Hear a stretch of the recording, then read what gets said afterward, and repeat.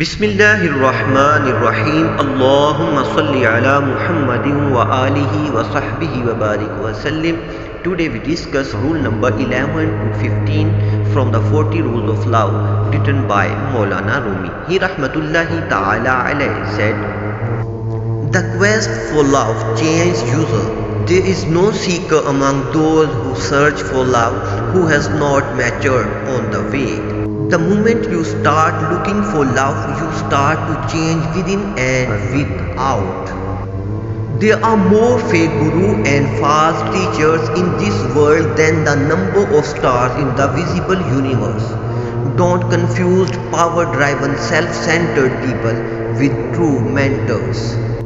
A genuine spiritual master will not direct your attention to himself or herself and will not expect absolute obedience or utter admiration from you, but instead will help you to appreciate and admire your inner self.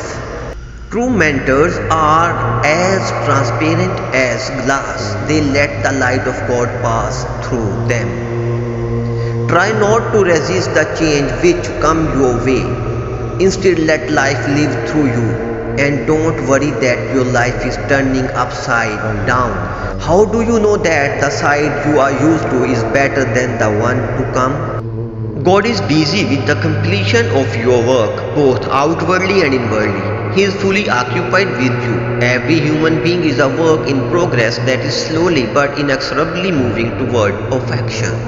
We are each an unfinished work of art, both waiting and striving to be completed. God deals with each of us separately because humanity is fine art of skilled penmanship, where every single dot is equally important for the entire picture. It's easy to love a perfect God, unblemished and infallible that He is. What is far more difficult is to love fellow human beings with all their imperfections and defects. Remember, one can only know what one is capable for loving. There is no wisdom without love. Unless we learn to love God's creation, we can neither truly love nor truly know God.